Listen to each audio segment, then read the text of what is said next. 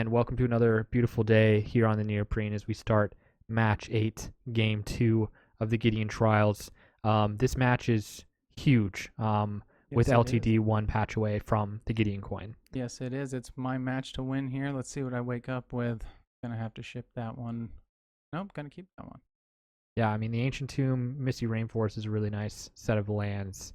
Um, let's see what I get in my Naya Aggro deck here in the second game with this deck. The first game, Phoenix of the Ash got there.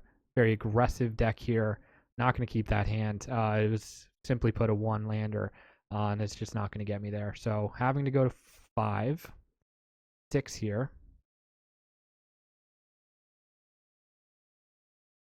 Yeah, so there's the Phoenix of Ash. Again, that was a pretty impactful card game 1, but this is another one lander. So the deck is not cooperating with me. I'm going to have to ship that hand back. Yeah, it's brutal having to mill down to 5 when you're down in the trial, but you at least have one game over me. So Yeah. I know you got to do it here, but it definitely hurts. Yeah, I'm here at home base, up a game. This is a very important match. So I want to not mulligan, but at the same time, the game is important enough that I'm willing to mulligan hands that I don't think I'm going to win with. Having to mulligan twice, that's the first time in top deck history that's been done. So that doesn't feel good. But it's at least a keepable 5. I'm throwing away 2 forests, and I have 2 planes for my precinct captain, and that's really my game plan here. Sounds like a pretty decent plan there. I kick it off with that Ancient Tomb, and of course the Misty. But yeah, it's land sometimes just really gets us. It feels like in these trials. What do you mean? It just seems like sometimes, even though you put in the 17 lands, the 23 non-lands, you still end up having to mulligan or getting a lot of mulligan situations. I don't know if that's because we don't run enough rocks or other kind of ways to ramp, but I think it's just sometimes you just get unlucky. Yeah, sometimes you just get unlucky. I do know there's fewer rocks in the foil space as there is in the ancient space, so maybe that's why we're mulliganing a bit more. And I know like color requirements are higher in the foil cube, so you really do need your colors. Like this play here with the Sun Petal Grove after Terramorphic expansing into a white 2-drop in my Naya deck, right? Like so Yeah. that's like very color heavy plays that need to be done, and because of that, opening hands are important. And if you don't have your colors, I mean, this late into the trials, I think it's worth going to 5 and running that rather than keeping a 7 that doesn't have your colors and getting punished for it. Yep, and we've seen that happen before. We already know it's better to win with less starting cards than to lose with more. So Exactly.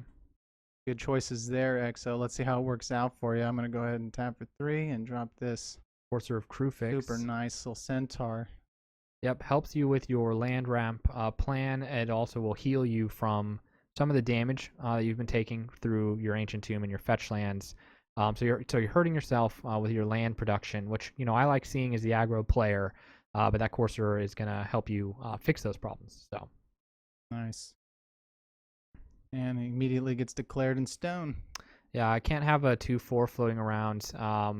My whole game plan is really just get in with the precinct captain. That's the only option that I have, having to mulligan down to 5 like I did.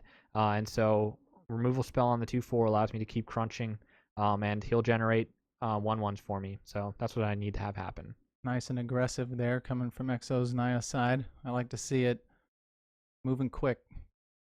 Yep.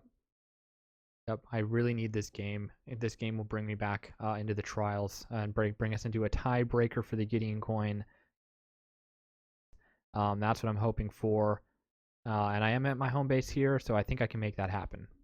Yeah, I mean, definitely not as important of a match for me, but I still want to win this game to take it into a third game, keep the pressure on you.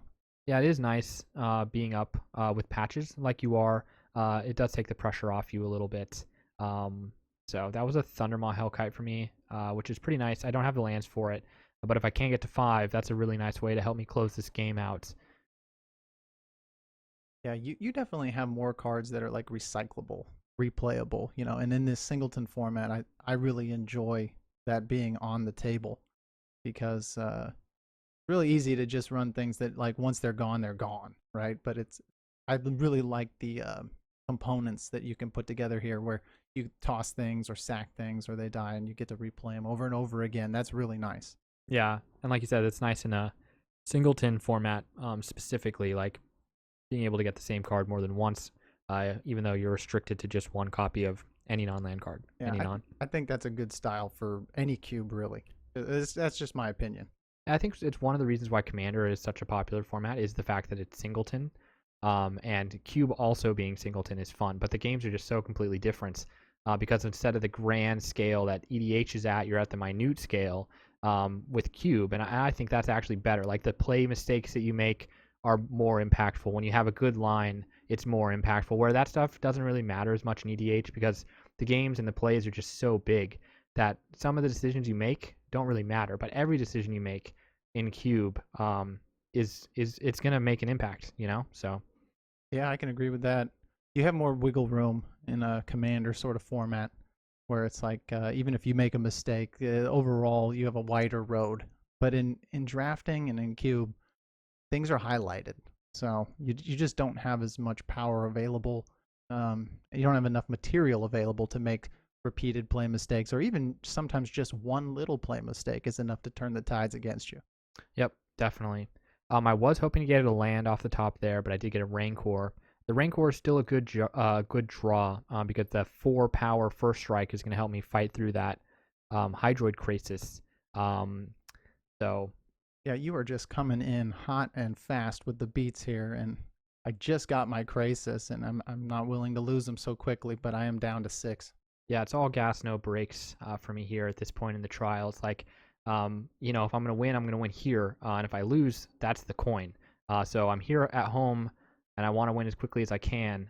So that's what I'm doing. Yeah, I'm just looking for any piece of removal. Just one little piece of removal is all I really need here. Yeah, if you take that precinct captain off of the table here, I'm going to fall behind very quickly.